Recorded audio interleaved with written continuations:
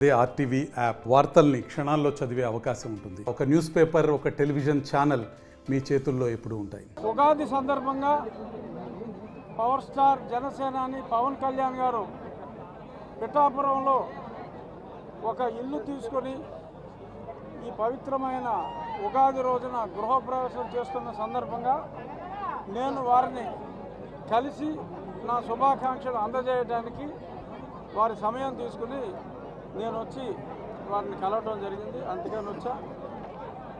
ఈ కూటమి ముగ్గురు కలవాలి, కలిసి రాష్ట్రాన్ని అప్పుల పాలు చేసి అరాచకం చేస్తున్న వ్యక్తిని బయటికి పంపాలి అంటే ముగ్గురు కలవాలి అని చాలా పట్టుదల పట్టి ముగ్గురిని ఒకటి చేసిన ఒక గొప్ప వ్యక్తి పవన్ కళ్యాణ్ గారు.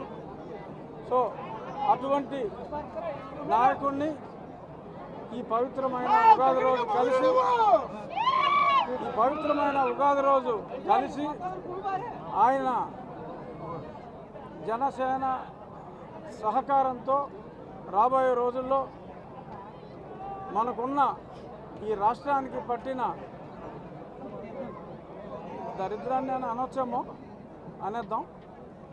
ఈ డ్రగ్ ఆంధ్రప్రదేశ్ని, ఈ బ్యాడ్ ఇమేజ్ని, రుణాంధ్రప్రదేశ్ అనే బ్యాడ్ ఇమేజ్ నుంచి బయటపడేయాలి అంటే చంద్రబాబు నాయుడు గారు, పవన్ కళ్యాణ్ గారి సారథ్యం చాలా అవసరం. కాబట్టి దీని గురించి మరింత చొరవ తీసుకుని వీలైనన్ని ఎక్కువ మీటింగ్లు, అలాగే నేను అసెంబ్లీకి చేస్తానా పార్లమెంట్కి చేస్తానా అనేది ఇంకా అస్పష్టత కాస్త ఉన్నప్పటికీ నేను ఎక్కడ పోటీ చేసినా వారు వచ్చి క్యాంపెయిన్ చేయాలని కూడా వారి సహకారాన్ని కూడా నేను కోరటం జరిగింది.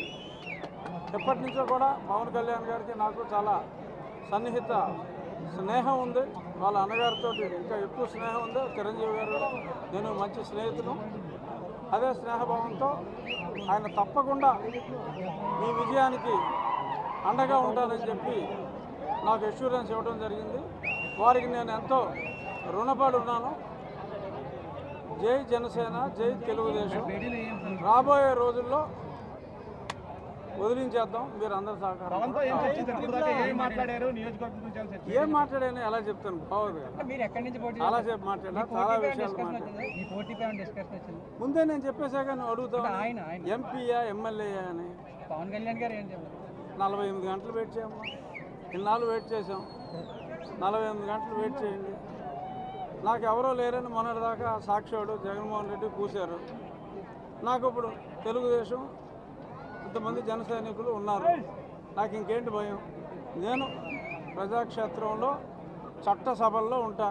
అది లోక్సభ, శాసనసభ, అనదర్ 48 hours.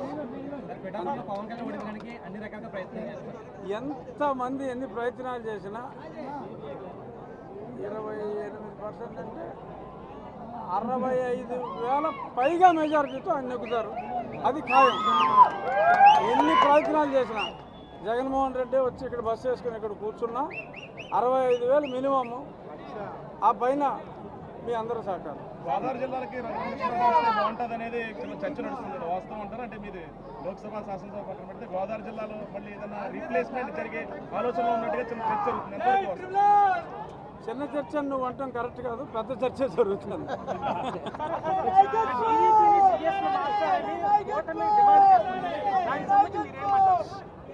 డెఫినెట్గా ఆ మార్పు జరుగుతుంది. ఇవాళ ఒకరిని లేపేశారు కదా, కొల్లి రఘురామరెడ్డి. అన్ని కేసులు చంద్రబాబు నాయుడు గారి మీద నానా దొంగ కేసులు పెట్టాడు. అతను అస్సాం పంపడం జరిగింది. వీళ్ళు కూడా లేపుతారు. టైం, కొంచెం ఓర్పు.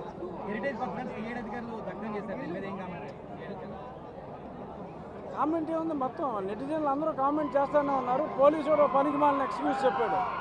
ఏంటి పోలీసుడు చెప్పింది? మేము కొన్ని జెరాక్స్లు సరిగ్గా రాకపోతే రాని తగలేరుతా ఉన్నారు. ఓన్లీ హెరిటేజ్ కాగితాలే జెరాక్స్లు సరిగ్గా రాలేదా? ఏదో చంటి పిల్లడు చెప్పినట్టు చెప్తున్నారు. సో వాళ్ళందరూ పాపులు శిక్షించబడదురు.